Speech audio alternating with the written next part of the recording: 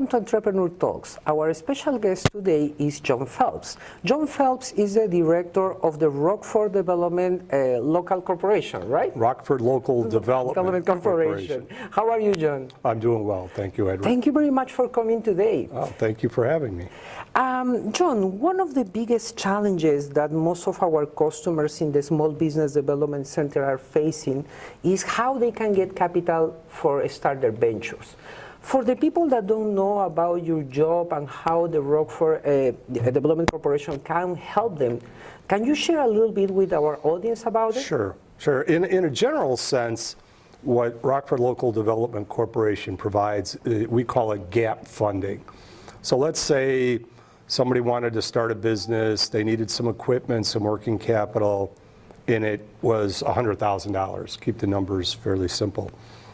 Typically, they'll go to the bank will go through their due diligence. A lot of startups are small business administration loans. So they'll do their underwriting and they'll say, you know, based on the assets you have, your credit rating, everything else, we could lend you $60,000 and you'll have to come up with 40. Well, a lot of small businesses don't have $40,000 laying around in cash, and they certainly want to have a reserve in case there's an emergency. So maybe the bank will say, well, call RLDC and see if they can help. And what we try and do is fill the gap between what the bank is willing to lend and what the borrower has to invest so that they can start their business, grow their business, and not strain their resources too much and not leave that safety net. We take a subordinated lien on the assets. We're behind the bank.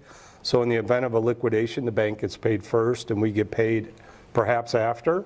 And so we're the risk lender in the deal. Now we manage revolving loan funds, about $5 million of local funds for smaller projects. And then we have our own Small Business Administration program for larger projects, which is a bond program and allows us to fund up to 40% of the acquisition cost for fixed assets. It's very interesting because a lot of people don't know the option that they can find in your organization. John, of course the capital investment for a startup business is one of the biggest challenges, but if I ask you about the two other biggest challenges that you see among all the entrepreneurs that you work with them in the past, which could be these two? Well, you know, for a small business, it's hard to have all the resources available that a big business has. And so the person who will come in and will start, maybe they've been a machinist and they've got an opportunity to make parts for some big company. And so that's the genesis of their business. But then to grow the business, you know, you need marketing people or some expertise. You need financial services to make sure that your accounting is good. You're costing your product properly, management expertise. And it's very difficult for a small business to surround themselves with all of that expertise. And all these resources, right? Right, absolutely. And so sometimes the best businesses are when you get 2 or 3 people that have complementary skills. That can, of course, bring its own challenges. But you like to be able to see a business, to be able to grow and prosper, needs to surround themselves with that kind of expertise, an attorney, an accountant, marketing, management, you know, all of those kind of skills that lead to a successful business. Really interesting, John. And my last question, if I ask you how you foresee the future of entrepreneurship in the Rockford area, which will be your vision? Well, you know, Rockford has always been very entrepreneurial, and I think a lot of it's been driven out of a growth of an industry. And today, Rockford's a big aerospace community, and so engineers that are working there may develop their own ideas, patents, products, and ultimately want to go off on their own. And so it's that kind of expertise and vision that leads to the start of a lot of businesses. So I'm very confident about it. One of the obstacles we face as a community is the lack of venture capital for people who really need that kind of risk capital. Our programs they're similar to a bank in the sense that they're somewhat asset-based, in the sense that we're looking for collateral, we're looking for secondary sources of repayment if the business isn't successful. But if you develop a consumer product and you need to do maybe prototypes and marketing materials, and then you want to sell to a Walmart or a Kroger and launch it nationwide, that's a lot of risk capital that Right. banks aren't willing to lend. And that might take $500,000, $1 million, $10 million or something. And Rockford really doesn't have that type of capital.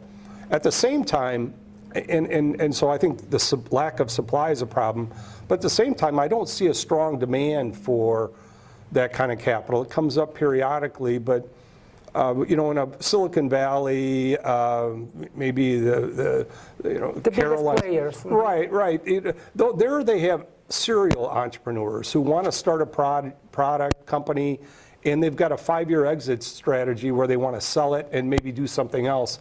Rockford's entrepreneurialism is more focused on, I want to grow this business, I want to retain it, and hopefully my children or somebody will take it over, Right. and it become part of my legacy. So I think it's just a different entrepreneurialism than what we think of when we think of Silicon Valley. Thank you. John, if the people want to reach you to know more about how you can help them, which will be the best way to reach you? Our phone number is 815-987-8675. We have a website, rldc.us, but you know, where we get most of our leads is through the banking industry. When a bank determines that they want to help the borrower, but they can't get there By themselves. Right. So they're looking for some risk capital to join with them. That's generally where we get our leads, and because 95% of what we do is with a banking partner, and on a few occasions we do have a microloan program where we'll help companies without a bank, but we generally do that with the expectation that they're going to grow into needing that banking services. We're not big in doing hobby businesses. Right. That we're interested in job creation and Something that have a long shot. absolutely right. John, thank you very much for being with us today. We really appreciate it. My pleasure, Edward. Thank you. With you guys, that will be all for today, and see you the next week in Entrepreneur Talks. Thank you very much for being with us.